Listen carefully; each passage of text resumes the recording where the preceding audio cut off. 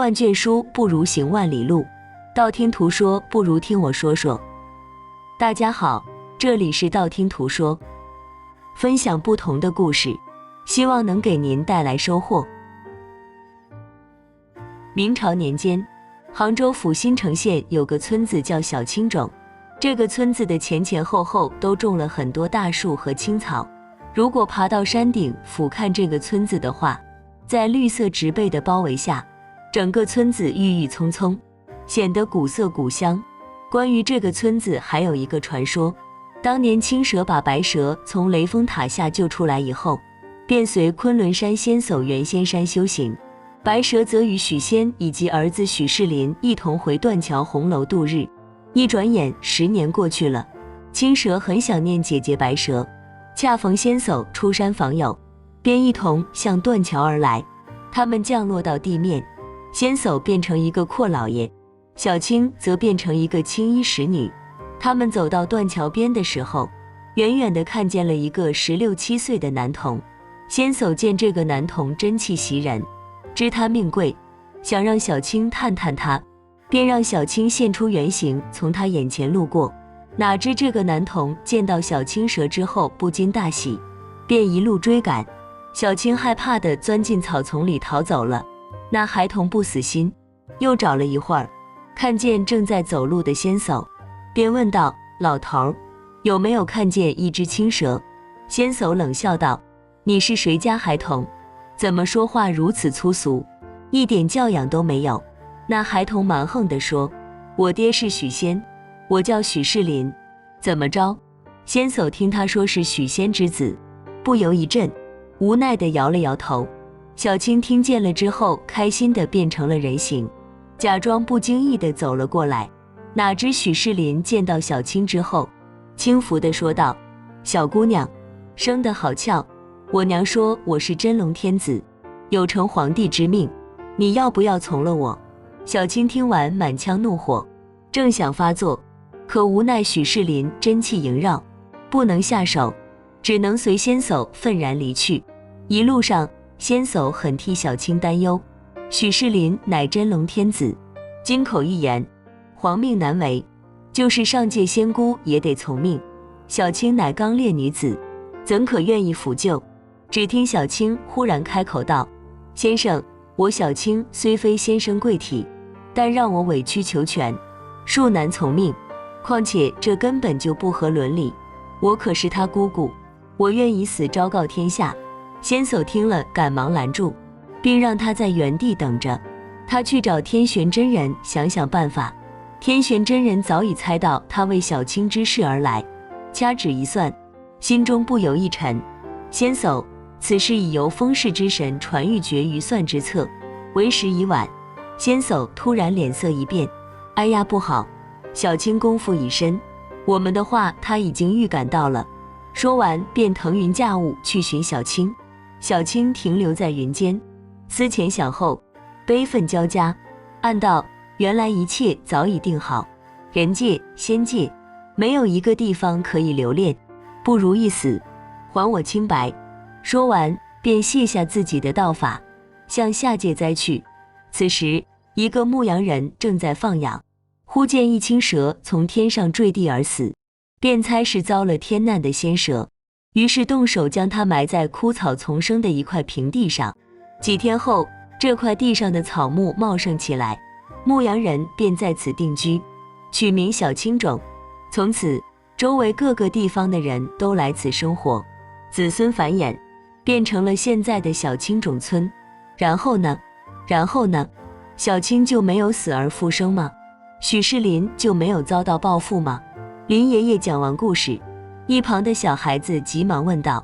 只见林爷爷挥了挥手上的扇子，摸了一下手上的山羊胡，笑着说道：这个就不知道喽，可若是一个人一直这么娇惯蛮横的话，他没事，他的子孙也不敢保证喽。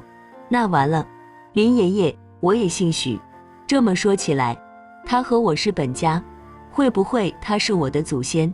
他以前态度这样，所以我现在一直穷困潦倒。一旁的小孩说道：不管你和许仕林有没有关系，从现在开始，多做好事，多行善，就会慢慢改变自己的人生。人呀，就是要修，命才会由自己做主。林爷爷劝道。知道了，林爷爷，我命由我不由天，但行好事莫问前程。一旁的小孩再次回道。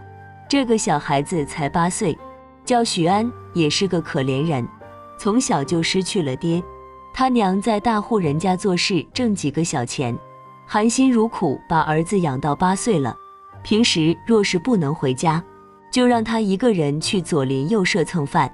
大家知道一个妇道人家不容易，从来也不说什么，不就是多副筷子的事情吗？还能吃多大的亏呢？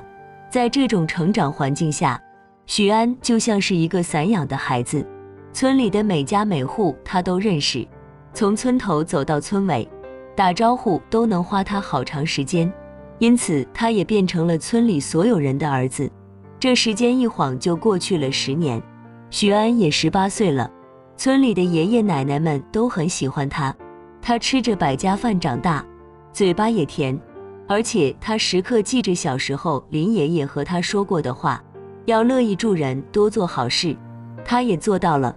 这一天，他正在家里劈柴，村口的王五大叔走了过来，对许安说道：安仔，我这边有个活儿，我是干不动了，年轻人力气大，要不要去干？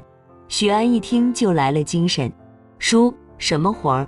别的不会，就是有一身力气不知道往哪儿使呢。镇上的李员外知道吗？他家的儿子过几天要办喜事，屋里屋外要添置一些家具，还要抬东西，我这把老骨头是不行了，我就想到你了。王五大叔说道。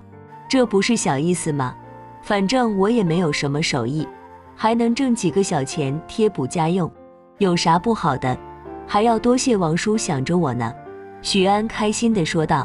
对了，你从镇上回来的时候，记得？王五大叔说着拿起自己的手做了一个喝酒的动作。叔，明白，少什么也不能少了你的那壶酒。许安给他使了个眼色，可得悄悄地喊我来你家，别让你婶子知道了，不然又要被他一顿数落，说我就知道喝酒了。王五大叔害怕地说道。许安抿着嘴笑了笑。哟，王叔，你这是娶了个母老虎，害怕哦？别胡说，我这是对你婶子的尊重，要是我和她吵，桌子都能给你掀翻了。你婶子年轻的时候可是个大美人，嫁给我这个丑夫，我不得好好珍惜。王五大叔不服气地说道。叔，您这招真是高，我对您是真服气。不说了，我收拾东西就要出发了，我娘今天又没有回来，回头您和她说一声我出去干活了。许安说道。好嘞，回头见。去吧。王五大叔挥了挥手就回家了。许安告别了王五大叔之后，就背着包袱出发了。许安在村里的这么多年，他知道自己没有什么拿得出手的手艺，更没有钱去学一样技术。像木匠、泥瓦匠那些人，都是家里有点小钱去拜师学艺的。自己的老娘养活他快去了半条命了。他虽然羡慕那些手艺人，但是从来不强求。可这个散养的孩子有一点非常好，悟性特别高，无论什么东西，他看一眼就会。村里的那些叔叔婶婶还有爷爷奶奶随随便便说句话，他就知道他们的心思，对人性的洞察特别熟悉，因此村里的老老少少都很喜欢他，有什么挣钱的活儿都会找他去，这样他就能补贴一些家用了。走了好几里山路之后，终于到了李员外的家门口。他推了推门，走出来一个管家。许安忙说：我是小青冢的许安，村里的王五大叔介绍我来的。这管家一看许安的穿着，冷冷地说道：知道了，你跟我进来吧。来到后院，很多工人已经在抬桌子和椅子了，他也加入了进去，便问道：您好小哥，请问我现在该抬哪件家具呢？正当他说话之际，前面抬着柜子的一个工人系在柜子上的绳子松掉了，柜门自动开了，眼看就要打到人了。许安眼疾手快，凑了上去，将柜门关上，然后一路扶着，和那个工人将柜子抬到了另一个房间。那个哥们说道：刚才真是谢谢你啊，要不然我就要受伤了。我这上有老下有小，万一受伤的话，家里就没饭吃了。谢啥？大家都是挣钱的，互相帮助应该的，相互之间熟络了，还能加速干活的进程呢。许安热情地说道。就这样，他和这个大哥认识了。中午吃饭的时候，大哥还招呼一帮人，向大家介绍许安。这个兄弟叫许安，接下来的活儿大家要一起互相帮助，这样才能快点干完，早点干完早点回家，大家都轻松。许安就这样靠着自己的热心和善良，每次干活的时候总会得到贵人的帮助，这次也是他主动帮忙，才能和大家打成一片。下午的时候，府里来了一位阴阳先生，听下人们说，这个阴阳先生是李员外专门请来看家具的位置的。中国古代特别注重风水，只要家具的摆放位置正确的话，就可以规避掉一些不好的事情，这个家庭才会兴旺发达。当然，这些都是有钱人才这么讲究，普通老百姓家徒四壁，能有张床就不错了，更不指望什么讲究风水了。许安和其他工人们按照阴阳先生所指的位置摆好了家具之后，就去领工钱了。许安是最后来的，当然也是最后一个领工钱的，其他人都走了，只有他还在李府的账房外徘徊，等着里面记账的管家把工钱算好了拿出来给他。折腾了好久，终于可以走了。他往大门口走的时候，会经过一条长廊，那长廊的旁边就是刚刚他搬家具的房间了。他临走时又来到那个房间，看了一眼，感叹道：真好啊，要是我也有这样的房间就好了。他知道这是不现实的，赶紧往自己脸上甩了一巴掌，嘀咕道：想什么呢？许安，你家徒四壁，要多挣钱，这些东西和你不沾边。之后就顿时清醒了，接着他就往屋外走了。临走时，他忽然听到了一声哎呦，救命！许安看看屋里没人，兴许是自己听错了，可是他刚一抬脚，又听见一阵痛苦的叫声，好奇心使他又往屋子里挪动了一下，好像是从一个大柜子里发出来的声音。许安慢慢地靠近柜子，把门打开了，他吓了一跳，因为阴阳先生躺在大柜子里，痛苦地叫唤着，脸上还流出了豆大的汗珠。他赶紧问道：先生您怎么了？我去叫府里的下人过来。说完便站起来准备去叫人了，可是被阴阳先生拉住了。许安就问他怎么回事，可是阴阳先生好像痛苦的根本说不了话，更别说回答他的问题了。这可把许安急坏了，为什么躺在柜子里？还是通知府里的下人，给你找个大夫吧。许安再次问道。阴阳先生望着他，等了一会儿，举起自己的手，指了指自己的口袋。许安一下子就明白了，便问：您是要我把袋子里的东西拿出来是吗？阴阳先生仍旧不语，但是他这次点了点头。许安按照他说的拿出了口袋里的东西，是一个药瓶子。他晃了一下，里面有几颗药丸。他赶紧打开瓶盖，拿出药丸让阴阳先生服下。先生吃了药丸之后，缓了一口气，说道：小哥，真是谢谢你，幸亏有你在，不然我怕是要去见阎王了。先生您为什么会躲在柜子里啊？不过现在好了，能起来吗？许安关切地问道。没事了，我除了帮一些人看风水之外，还有任务在身的。我本身是龙虎山的道士，下山以降妖伏魔为己任，只是最近手头有点紧，就来帮别人看看风水了。你可千万别把我的真实身份和我今天生病的事情说出去。阴阳先生悄悄地说道。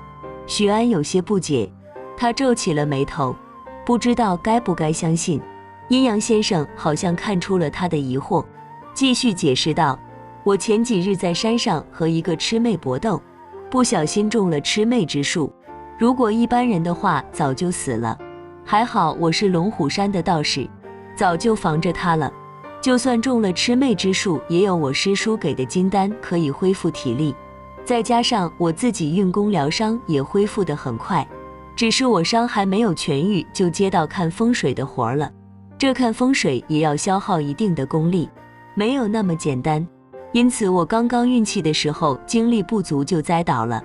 这里人多口杂，我不想让别人发现，想先缓一缓，却被小哥所救，实在是感激不尽。原来如此。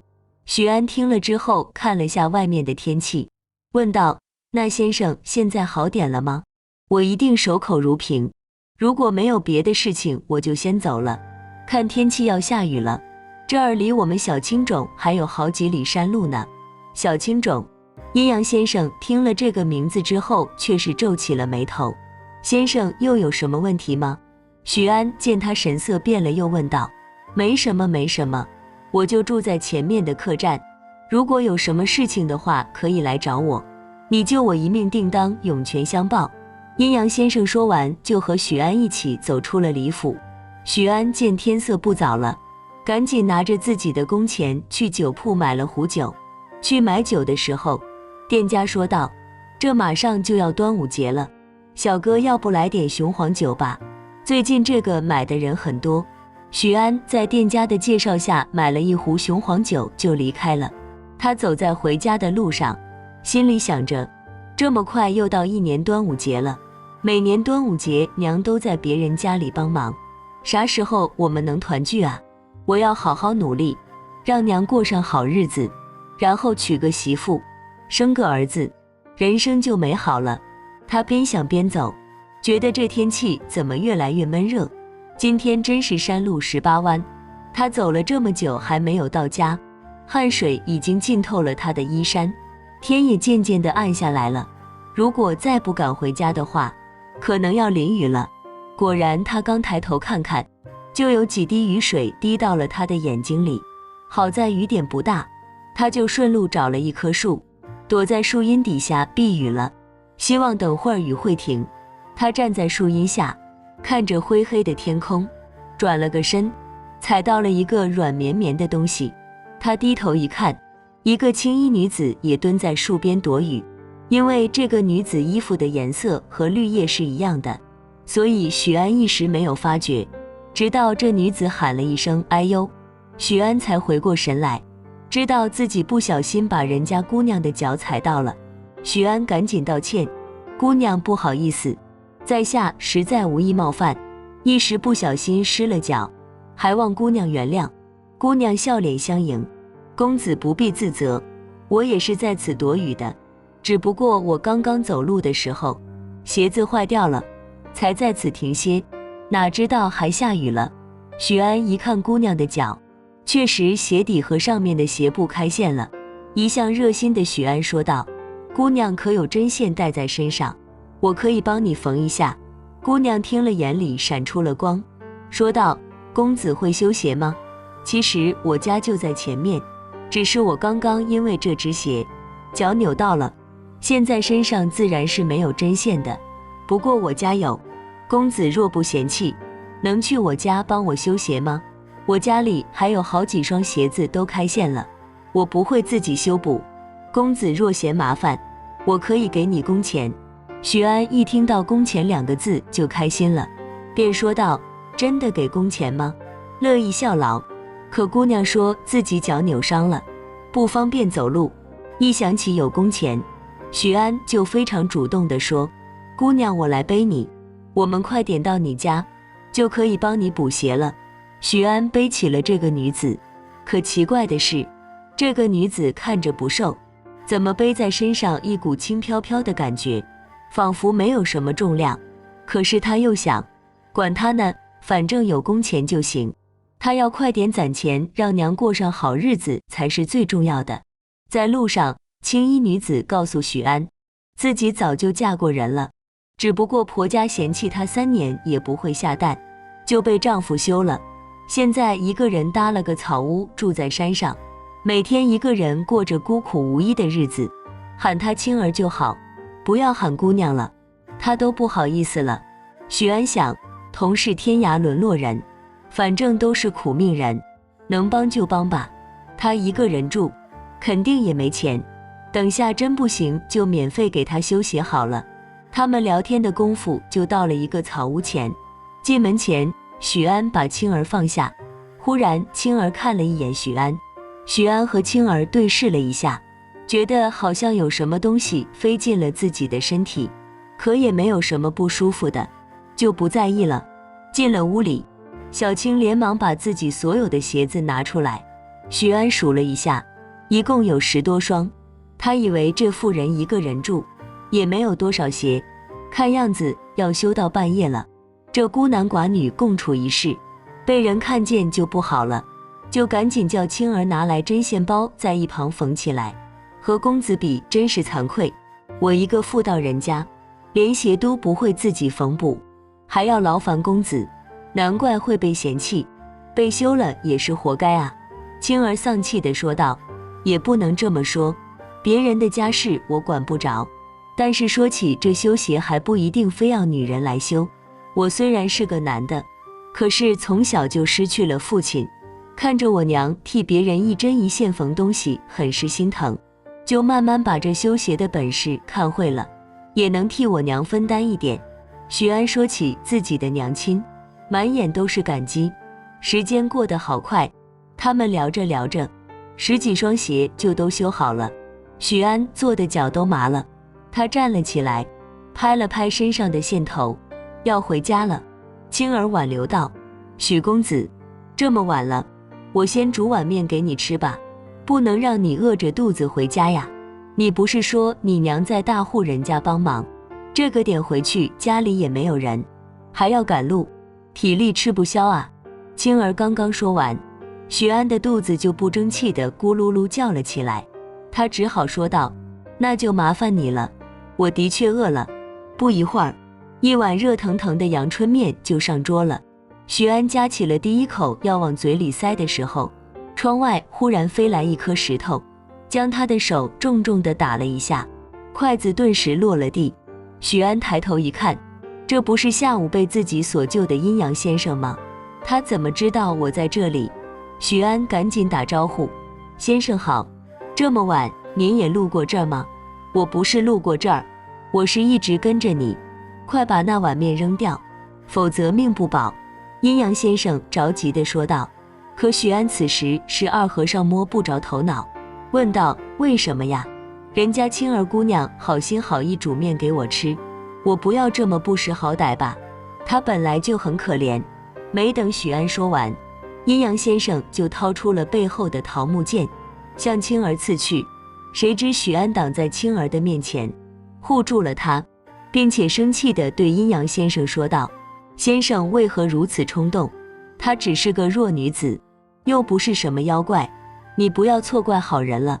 她特地请我修鞋，还要给我工钱呢，你这样不分青红皂白要把她赶尽杀绝，是好汉所为吗？阴阳先生见状赶紧收住了剑，他看了一眼许安的眼睛，嘴里念道，果然如此，那妖女对你下了蛊，你还不自毁双目，不然后果不堪设想。什么？我要自毁双目？你别开玩笑了，我怎么可能自毁双目？这得多疼！你是要害我吗？许安更加疑惑了。阴阳先生没法，只得拿出一张符，他把符贴在了许安的脑门上。许安的眼前顿时一片漆黑，什么也看不见。等他再次睁开眼的时候，眼前的屋子变成了一个黑漆漆的山洞。他手上端着的那碗面，碗里不是面，而是有很多小蛇在挪动，而一旁的10几双鞋子也变成了大大小小的花蛇在移动着，看了好恶心。许安吓得赶紧把碗扔了，害怕地缩在阴阳先生的后面，激动地问道，这到底怎么回事？道长，你要救我，我早说这妖女给你下了蛊，你还不信，这才是这个屋子的本来面目。阴阳先生气急败坏地说道，原来青儿就是小青冢村传说中的那只青蛇，关于她不堪受辱撞向地面的故事是真实的，并不是一个传说。只不过令人遗憾的是，小青因为修行多年，有仙气护体，她到了地府之后，阎王见她生前是个蛇仙，不能马上投胎，要过10年才行。以小青的法力，地府又困不住她，只能让她在人间游荡着，等10年之后再让黑白无常去找她。这10年间，小青一直郁郁寡欢，就想起去找许世林算账，奈何许世林贵气护体，只是个魂魄的小青根本进不了他的身。更让小青气愤的是，许世林经过小青冢，发现这块地方风水很好，就携族人定居下来。这可是小青死后建起来的村子，他很愤怒。小青的怨气一天比一天深，最后由孤魂野鬼变成了一个魑魅魍魉。10年之后，黑白无常来带他去投胎，他都不去，还打伤了他们，地府也拿他没有办法。等许世林死后，小青本来把他的魂魄抓来使他灰飞烟灭，哪知地府的人先一步带走了许世林的魂魄，让他早早的投了胎。小青至今没有查出许世林投胎到了哪里，既然是老祖宗犯的错，那就由子孙来承担。自从许世林死后，小青一直对许家后代下蛊，所以许家一直是村里最穷的。到了哪一代子孙，不是父亲早早死亡，就是当乞丐的命。到了许安这一代，小青有了更恶毒的想法，要让许家断子绝孙，所以就有了上面发生的事情。而阴阳先生之所以跟着许安，就是因为许安和他说了，他是小青冢的村民。前几天他就是因为想铲除小青冢的魑魅魍魉，才会被蛊毒所伤。为了许安的安危，他就一直跟着许安了。臭道士，给我滚开，别多管闲事！小青怒吼道。他吼完之后，四周的蛇都围在了他的身边，要向他们攻击。道长护住了许安，并且无奈地说道，你小子现在终于看清他的真面目了吧？我刚刚叫你自毁双目，意思是毁掉他给你安上的那双看不清现实的眼睛。好在我刚刚用符已经帮你毁掉了。那道长，我们接下去怎么办？他会不会杀了我？许安害怕地问道。就在他们说话的间隙，小青已经带着他的蛇子蛇孙杀了过来，一条条比麻绳还粗的蛇向他们攻击过来。小青则躲在暗处指挥。道长率先被一条大蟒蛇圈了起来，不能动弹。他使尽了全身的力气，把桃木剑扔向许安，快用桃木剑刺过去。可是胆小的许安就是不敢捡起地上的剑，他一边害怕一边后退，在黑暗中摸到了给王五大叔买的雄黄酒。他好像想到了什么，于是他打开了酒瓶盖，雄黄酒的味道透了出来，周围的蛇都不敢靠近了。他顿时有了底气，一边拿着酒瓶，一边往桃木剑的地方走去。他捡起了桃木剑，往剑上撒了整瓶的雄黄酒，奋力地向前冲去。闻到味道的蛇纷纷避让开来。他看到了小青站的位置，可能是闻到雄黄酒的缘故，看上去晕晕乎乎的。许安趁机用桃木剑刺中了小青的心脏。啊，我不会放过你们的！在一声惨叫中，小青和旁边的蛇都消失了。许安将阴阳先生背到洞外，天快亮了。阴阳先生醒来后说道，你又救了我。许安笑笑不说话，他看着快要亮的天空，终于松了一口气。林爷爷没骗我，多做好事多行善，就会有好运。做人不能太蛮横，这样的人是在为自己的子孙积累祸事。许世林仗着自己有贵气加身，就对小青蛮横无理，殊不知他的这一举动成为了自己子孙世世代代贫穷的原因。